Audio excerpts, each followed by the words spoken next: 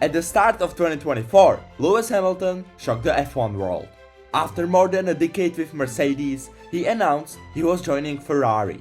Most fans thought this would be a perfect ending. The 7-time world champion, racing in red, fighting for wins again. But here we are, halfway through 2025, and things look bad, really bad. Every time, what that was about. Oh, it's me every time. Yeah, I'm useless. Absolutely useless. In this video, I'll explain what's going wrong for Hamilton, why he's struggling so much at Ferrari, and what the future might look like. He's making more mistakes, falling behind his teammate, and just not performing like the Hamilton we remember. But the real reasons go deeper than just results. Let's start with one of the most noticeable differences: the performance gap between Hamilton and his teammate Charles Leclerc. After 14 races in 2025, Hamilton has 0 podiums. Leclerc, he already has 5. And it's not just about the numbers, it's about the consistency. Leclerc has been strong in both qualifying and the races, while Hamilton has looked lost at times. Spa and Hungary were especially painful. At Spa, he made mistakes in both qualifying sessions and didn't even make it out of Q1 either time. He recovered a few positions in the race, but mainly thanks to strategy, not pace. And then came Hungary, a track where he's historically excelled. Many hoped it would be a turning point.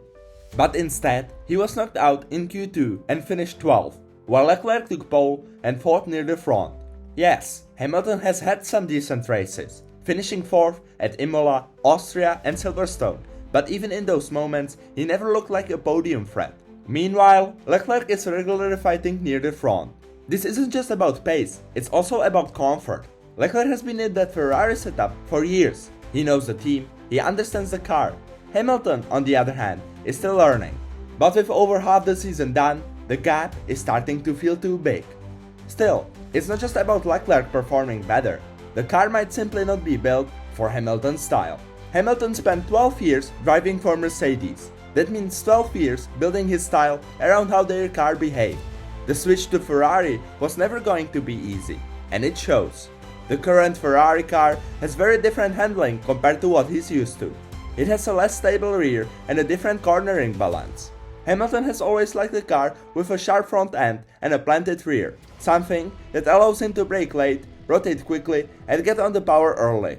Ferrari's car doesn't give him that. It's more nervous on corner entry and sometimes unpredictable on exits. Even now, after 14 races, it looks like Hamilton is still fighting the car rather than dancing with it.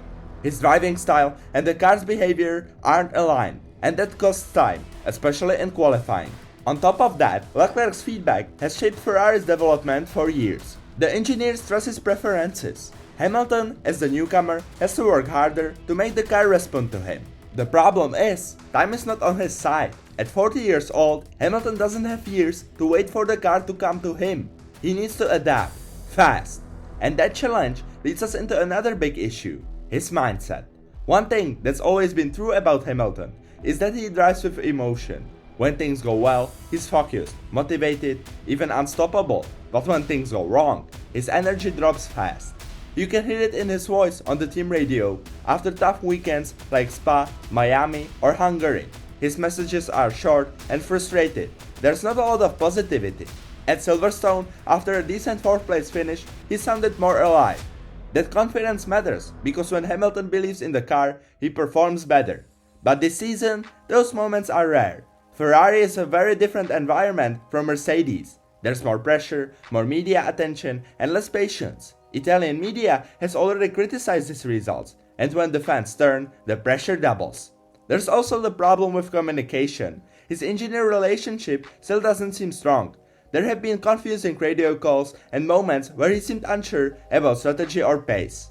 That lack of trust or understanding can break a driver's focus during a race. So while the car isn't helping, Hamilton's mindset isn't helping either, and without both, performance drops.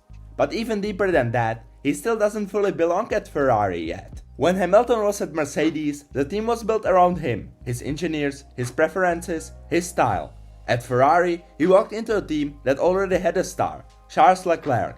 Leclerc has been Ferrari's number 1 for a long time. He's the driver they've built around. His input still shapes the car. His connection with the engineers is strong. So naturally, Hamilton's role isn't as dominant, at least not yet. Changing teams this late in a career, especially at 40, is just harder. You get used to a rhythm, a certain way of working. But Ferrari doesn't operate like Mercedes, and that takes time to adjust to.